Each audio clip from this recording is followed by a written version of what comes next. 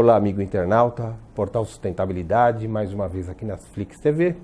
E hoje o nosso programa traz um convidado muito especial, um amigo já de longa data, Dr. Roberto Zeballos. E aí, Zeballos? É uma satisfação estar aqui com vocês.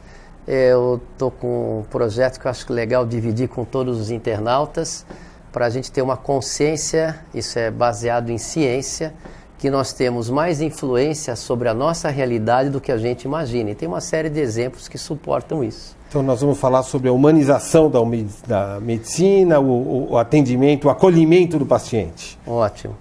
Então, o que a gente vê agora, de 20 anos para cá, que tem a vantagem que foi a globalização, mas essa globalização acabou determinando alguns parâmetros que quis uniformizar todas as condutas médicas, como se todos fossem iguais. Num primeiro momento, isso é útil porque dá uma primeira direção para o médico que não conhece o paciente. Sim. Mas depois você analisar um cara de raça negra, barrigudo, que toma cerveja, da mesma idade, com outro que tem hábitos completamente diferentes, que tem um nível social diferente também, o que acontece? Alimentação diferente. Você pega pessoas de raças diferentes e supõe que o tratamento e a conduta é a mesma. É a mesma. Então, por exemplo, você tem alguns protocolos hoje em hospital que são feitos para 80% dos pacientes. Poxa, eu que tenho 7.000 pacientes na minha clínica, quer dizer, você tem 20% desses que são 1.400 que estão completamente fora e o tratamento é totalmente inadequado. Isso é bom para um guia inicial. Agora, outra coisa que está acabando e levando insegurança e acabando com a arte de fazer medicina é a falta de contato no olho, é a falta de sentir o que teu paciente está precisando. Porque uma dor de cabeça numa pessoa que chega e fala, eu estou com dor de cabeça aqui na nuca, mas eu estou com um problema com meu filho, é uma. Uma dor de cabeça, uma pessoa que está com dor embaçada, é outra completamente que está com a vista embaçada, é outra completamente diferente, isso só o contato no olho. Você deixa o teu paciente falar. E uma boa medicina, você tem que gostar de pessoas, isso é fundamental, tem que estar interessado em resolver o problema do paciente, não tem que olhar que está acabando o seu plantão. Sim. E ter paixão. E aí você, na entrevista que você faz com o paciente, no exame físico detalhado que você faz com o paciente, sem pressa em atender, sem procurar o protocolo para ver em qual que ele se encaixa, você faz uma medicina diferenciada. Por outro lado, o paciente está ficando digital. Ninguém olha mais o paciente, ele olha o exame, olha aquilo, ninguém examina o paciente. Isso está levando muita insegurança. Leva muita insegurança para o paciente, porque aí começa a achar uma margenzinha, sugerimos investigar isso, quando vê o paciente fica inseguro, já vai um monte de gente no consultório achando que está com câncer de pulmão, porque alguém mandou investigar e ninguém olhou, ninguém conversou, ninguém viu. Zeballos, essa tua visão que é moderna e maravilhosa, né? Ela está permeando um grande grupo de pessoas, de profissionais na medicina. Como é que você está enxergando isso? Mais no Brasil, em outras partes do mundo? Como é que você está enxergando essa nova dinâmica? Então, nos Estados Unidos, que era uma medicina considerada espetacular, essa medicina de emergência caiu muito na humanização. Então, eles estão contratando pessoas de outros países, o médico está ficando um funcionário do hospital, e por isso que eles desenvolvem uma série de códigos para quando passar um paciente para o outro médico, ele tem lá um código, mas isso nunca vai substituir o mesmo médico avaliando o paciente. Então, o que está acontecendo? A medicina hoje está querendo acabar com o médico, aquele médico de família, aquele médico que faz diagnóstico, aquele médico que coordena, mas ao mesmo tempo... Dos romances, queria visitar um casebre e ficava 2 dias quase que do lado do paciente. Está acabando com isso, tanto que nos Estados Unidos agora você pergunta quantas pessoas querem ser médico, ninguém, porque eles vão ser assalariados das grandes instituições. Então o que eu quero dizer é que quando você não tem humanização na medicina, que significa você perguntar para o seu paciente, conversar, pergunta como está o dia a dia dele, como ele está dormindo, e só um pouco de atenção, pouca gente sabe, mas carinho e amor cura paciente sim. Os remédios funcionam melhor quando você acredita no seu médico. Isso tem estudos dos genes placebomas, que daqui a pouco eu já explico o que é o placeboma, Mas isso não está ocorrendo mais. Aí pergunta por que eu tenho um monte de pacientes, é porque eu trato com carinho e atenção, e tem alguns médicos com isso, fazendo essa nossa filosofia. Mas se você prestar atenção, respondendo a tua pergunta, essa falta de imunização só serve para a medicina emergencial. E às vezes a pessoa erra o diagnóstico porque supervaloriza um exame digital. Mesmo assim, aumenta o erro se você não faz o tradicional. Entrevista. Ele aposta mais na tecnologia e menos na sensibilidade dele. E erra. Você tem a tecnologia é maravilhosa quando bem indicada. Então tem que ter a hierarquia que é entrevista, exame físico, aí você faz exames complementares. Esses exames complementares é que avançaram muito e tem muita gente hipervalorizando. Só que eu já peguei um monte de exame em lugares maravilhosos, que entrou na estatística, errados, e eu sabia que estava errado porque era incongruente com o meu exame físico, com a minha entrevista. Então, o que eu acho que está faltando é contato no olho, está faltando pegar na mão do seu paciente, está faltando você escutar o seu paciente, porque aí tem um fator que quando você confia no seu médico, você ativa um grupo de genes que foi descrito recentemente, há 6 meses, chamado placeboma. O que é o placeboma? As pessoas descobriram que quando a pessoa está tomando um placebo, acreditando que é remédio, ele tem que acreditar. Ele ativa um grupo de genes, que estão cada vez aparecendo mais, e esses genes liberam substâncias, alterações farmacológicas, com propriedades curativas. Eu já posso inferir esse raciocínio. Se o paciente acredita no seu médico, o remédio funciona melhor. Sim. Eu já tive vários casos assim. Se o placebo funciona, acreditar no médico, o remédio funciona muito mais. Veio um paciente que tinha passado, eu não sabia, tinha passado pelos melhores pneumologistas. Eu olhei para ele, era um rapaz jovem, eu falei, é claro que você está com asma, eu vou te curar. É só eu curar a tua sinusite que vai melhorar a tua asma, porque o foco infeccioso está agravando. Imagina, não precisa tomar esse remédio, que não que viesse um biofármaco, um remédio de 20 mil reais por mês. Para com isso, vamos tratar o foco infeccioso. Ele acreditou tanto em mim que não precisou mais de remédio depois. E aí os médicos que perguntaram para ele o que aconteceu, não, ele me deu esse tratamento. Aí depois eu vi a lista dos médicos e falei, nossa, são meus colegas excepcionais, eles tinham dado remédios parecidos, mas o menino tem tanta sorte que eu escolhi outros que ele não conhecia. E funcionou, e eu perguntei, o que aconteceu? Como é que me respondeu tanto? Ele falou, o senhor foi o único que não desistiu de mim, os outros já estavam desistindo de mim. Então, mostrando o efeito no gene placeboma, já cientificamente descrito, quando você tem fé num profissional. Por exemplo, eu tenho alguns pacientes que hoje estão com 90, que eu acompanho desde os 78 anos de idade.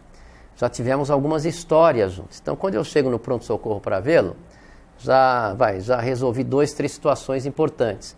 Quando ele me vê, eu não sei se eu vou resolver, mas ele já vê, agora eu vou ficar bom. Opa, agora... E já tem essa melhora, Então, o que a gente não pode esquecer é desse lado humano. E a humanização vai vir agora com tudo, em todo o ramo vai ter que vir humanização. O próprio defeito zero tinha humanização. O Steve Jobs foi a primeira pessoa que deixou esse aparelhinho que você tem toda hora que você pega no bolso, e deve ter gente agora que está olhando o WhatsApp dela enquanto nós estamos falando. Sim, sim. Esse aparelho, ele é humanizado. Quem teve essa ideia foi o Steve Jobs, porque é você que está lá dentro, tem seus pensamentos, tem seus amigos, ele é individualizado. E a humanização é uma coisa que estava carente e hoje é muito necessário, porque a quantidade de informação que você recebe durante o dia hoje é muito grande. É infinita. Hoje, outro dia eu estava ouvindo que um menino de 7 anos tem mais informação do que o imperador de Roma tinha na época dele. E essa informação que vai entrando, gerou algumas outras condições psicológicas e psiquiátricas que os modelos de tratamento não são adequados. Porque a pessoa é invadida por informação, ela fica com ansiedade, perde o controle e vem com depressão. Não porque teve um problema com o vizinho quando tinha 6 anos de idade, não é isso. É toda uma circunstância que não existia quando criaram os modelos terapêuticos psicológicos. Então tem que ter toda uma nova reestruturação em cima disso. Dado o modelo de vida atuante. Inclusive, queria, já que tem alguns internautas que certamente estão procurando o nome do Dr. Zé Balos, do amigo Roberto, no Google, você poderá ver os depoimentos dos seus clientes, todos eles dizendo exatamente isso que ele está dizendo, né? Que Puxa, o Dr. Zé Balos é um grande amigo, o Roberto é isto, o Zeba é aquilo. É verdade. Quer dizer, as pessoas te chamando de uma forma carinhosa, e eu acho que é por causa disso que você acabou editando esse livro belíssimo. Esse livro foi o seguinte, a história dele é interessante. Desejo, logo realizo. Esse livro é o seguinte, esse livro é bem atual, que eu acredito que a grande revolução desse século não é o homem chegar a Marte. Eu acho que vai ser algo tão importante quanto a invenção do fogo ou a invenção da roda, que é a conscientização que nós temos uma influência direta na nossa realidade, e para isso basta a gente fazer um pouco mais de introspecção, refletir e ver aonde a gente quer estar, ver com o nosso coração onde a gente quer estar. A gente é feito de energia, e quando você fecha um átomo, ele é feito de energia. O 90% do átomo é energia, tudo é energia. O que faz, dentre as infinitas possibilidades descritas pela física quântica, você experimentar uma só, que é essa realidade que nós estamos experimentando agora, ela é fruto de um desejo sincero, com o coração e objetivo. Então você pega até no Facebook, o pessoal fica rodando alguns dizeres, falaram que foi o Einstein que falou isso, mas na realidade, não sei se foi ele que falou, mas o que está escrito lá vai bem do nosso encontro, quer dizer, sintonize na realidade que você quer, e essa é a realidade que você vai alcançar. Isso é inevitável, isso não é filosofia, isso é física. Na realidade, a gente vive só uma consciência de cada vez.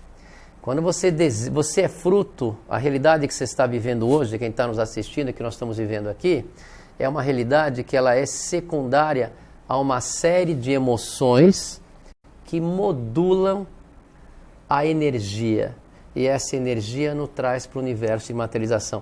Vou dar um exemplo para ficar mais fácil. Tem um pessoal que faz yoga que diz que quando você chega no plana, que você não pensa em nada. Eu nunca fiz isso. Eu prefiro pensar em alguma coisa, porque você só tem uma realidade quando tem uma consciência. Sim. Então você perde a consciência, não pensa em nada, e a energia é pura. Quando você começa a pensar, essa energia automaticamente vai se levar para um universo dentre os infinitos. Em outras palavras, você vive fruto da sua imaginação. Você vive o que é fruto da sua emoção. Nós temos alguns inimigos que são as emoções punitivas.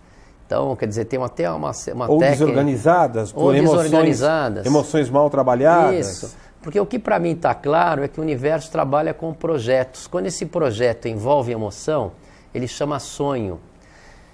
E o caminho até você alcançar o seu sonho, que eu acho que esse é o propósito da vida, é viver e realizar, você tem que pedir perdão, você tem que perdoar, senão você fica andando em círculos e não alcança o que você quer. Quando você alcança o seu sonho, você está um ser humano melhor. Aí dá aquela angústia porque você tem que viver mais alguma coisa. E o objetivo é você ir evoluindo, se sentindo melhor, se desprendendo um pouco da vaidade, mas enquanto for vaidoso, aproveite a sua vaidade. Até o momento que se ela ficar nociva, você tem que transcender essa vaidade. Sim. Então... Mas é interessante que esse sentimento dessa autodescoberta, ou conhece-te a ti mesmo, por exemplo, que é uma das expressões maravilhosas de Cristo, né? Ela está em todos os níveis sociais, todos buscam, né? Exato. Quer dizer, é o pobre, vamos chamar assim, tanto que o pobre de espírito, biblicamente falando, não é o pobre de espírito, é o pobre aquele que não se conhece. Né? Então, o conhecer a ti mesmo é algo que a gente fica sabendo realmente o que é. Na realidade é simples, eu falo para vocês. Viva o que você tem vontade de fazer e veja qual a experiência. Se for uma experiência que fez você sentir-se mal, não repita.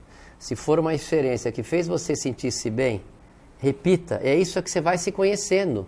Porque tem coisas que você não sabe se vai te tocar ou não. Por isso que você precisa viver. Esse é o conhecer a ti mesmo. Tentativa e erro. É você ver o que te faz bem, se aproxima do que te faz bem e se afastar daquilo que faz mal.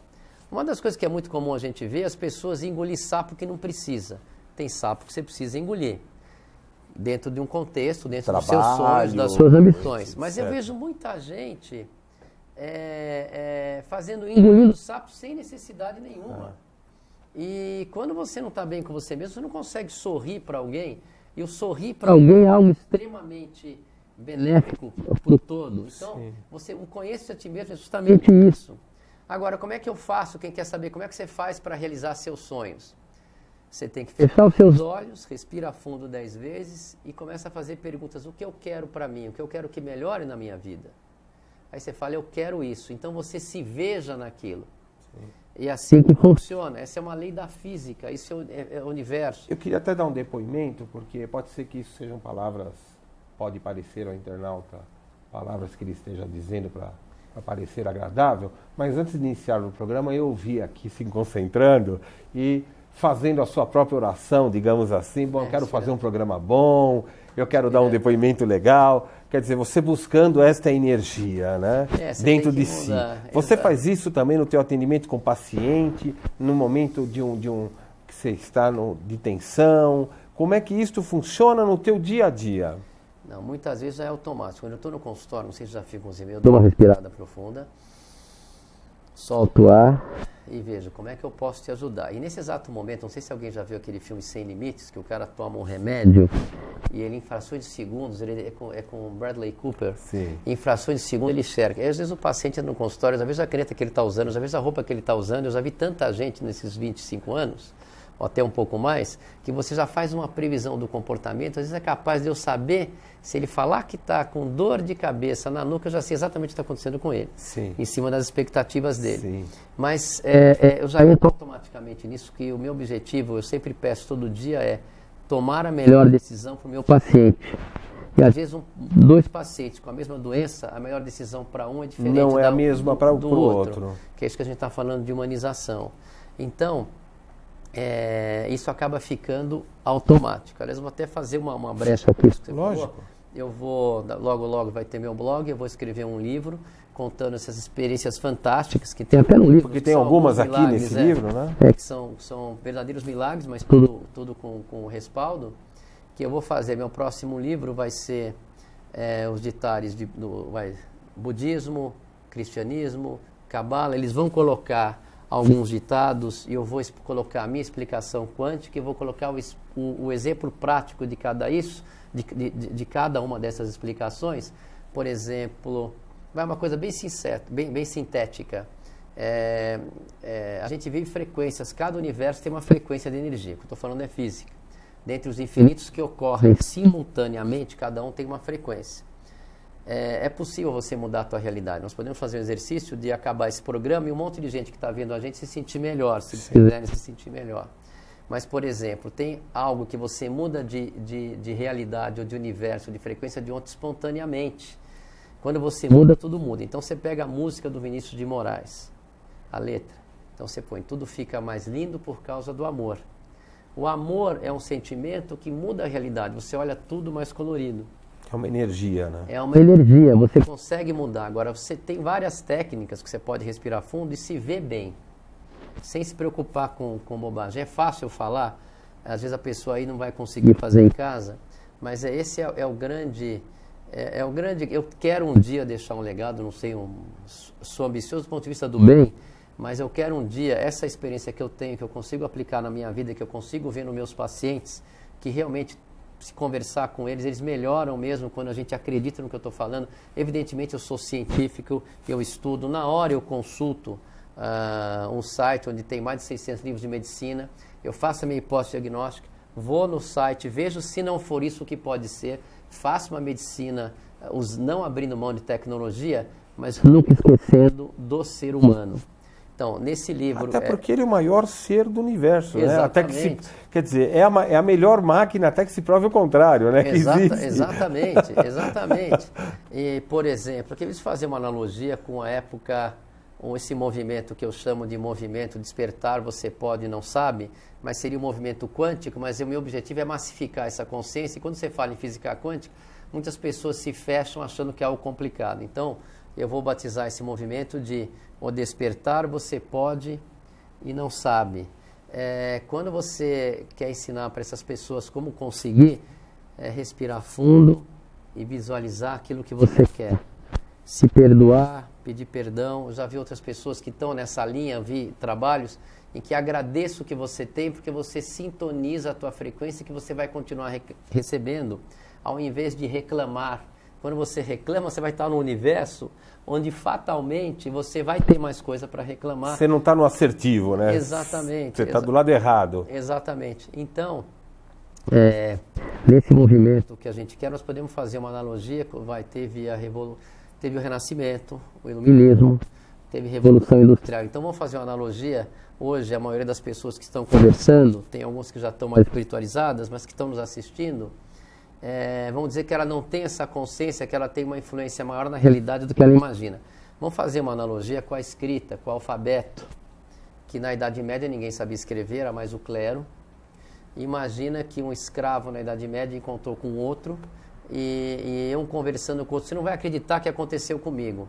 Tinham duas pessoas e eles falaram que iam adivinhar o meu pensamento. Aí eu contei o segredo para um, ele pegou um pedaço de madeira, sujou esse pedaço de madeira, mostrou para o amigo sabia o que eu estava pensando. E sabe o que ele me falou que era isso? Que era a leitura, que era o alfabeto. Então, naquela época, um escravo ficava tão chocado de saber que era possível você passar informação num pedaço de madeira, que nada mais é do que uma escrita. Eu acho que hoje as pessoas ficam um pouco chocadas. Eu não tenho tanto controle pela nossa realidade assim. Sim. Eu já conversei, que sempre não é por Elas acaso. estão tecnológicas demais e esquecendo essencialmente que é um ser por exemplo, que bobagem, como é que você consegue determinar, deixa isso na mão de Deus, ou isso está fora do meu controle? Não, nós temos sim uma influência importante. Eu conversei uma vez com aquele que está naquele filme Quem Somos Nós, com a Mitty, um professor de física. Toda vez que ele vem em São Paulo, eu acabo almoçando com ele sem querer. Ele está naquele filme O Segredo também. O Segredo. E ele também está no Quem Somos Nós, mais uma nova evolução. Mas toda vez eu converso com ele, ele fala, não, nós temos uma influência assim, mas não é tão grande quanto você pensa, doutor. Eu falei, talvez então comigo as coisas funcionem mais intensamente, porque um dos meus objetivos é sempre me realizar e ser feliz e ter muita saúde. Mas para eu estar me realizando e sendo feliz, eu tenho que resolver os problemas das pessoas. Tem que transformar isso para os outros. Eu não sei, aí também. nós estamos especulando, para quem está nos assistindo, mas eu não sei se eu estiver ajudando um monte de gente, o meu objetivo, isso é pura especulação. O que eu falei até agora era ciência, mas especulação é uma coisa que eu fico pensando. Por que para mim as coisas acontecem com muita facilidade quando eu desejo com o coração? Talvez porque o meu objetivo traga benefício para terceiros. Você acredita que o fato de você conviver com pessoas que estão doentes, né, e que, na verdade, talvez a doença tenha sido educativa para elas naquele momento, isso tenha desenvolvido a tua sensibilidade, quer dizer, esse olhar, essa troca com o paciente, essa necessidade da ajuda e da troca de ajuda, como que você enxerga esse movimento? Eu acho o seguinte, eu acho que como eu sou um otimista, não sei porquê, eu sempre fui muito otimista, tudo vai dar certo sempre. Quando eu vejo uma pessoa, principalmente aquelas mais melancólicas, eu procuro mostrar, eu já enxergo um lado otimista para ela. E ainda falo, se eu tiver certo, melhor para você. Então eu sempre enxergo um lado otimista para as pessoas. E aí elas passam a enxergar com o meu otimismo também. Aí o remédio funciona melhor.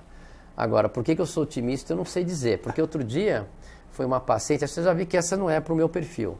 Então ela chegou, ela mostrou para mim, primeira coisa, um papel amarelo, velho, mostrando para mim que ela quase morreu no nascimento. Ela tem 65 anos. Ela quase morreu no dia que ela nasceu. Aí ela mostrou para mim, depois que mostrou uma sucessão de problemas que ela teve ao longo da vida. Eu falei, calma, peraí, você quase morreu no nascimento, você está aqui com 65 anos. Isso aí você esquece. Já era. Não, e ela começou a ficar brava comigo porque eu não estava valorizando os problemas que ela teve. Ela só começou a relaxar comigo, eu falei, realmente você é muito azarada. Quando eu falei que ela era azarada, eu já vi, parece que ela é raro. Ela vive o motivo da vida dela, o que mantém ela viva, ela ser azarada, e ela abraçou essa realidade, e eu não vou querer mudar eu. Não é você que vai conseguir ter essa... Não sou eu que vou conseguir mudá-la.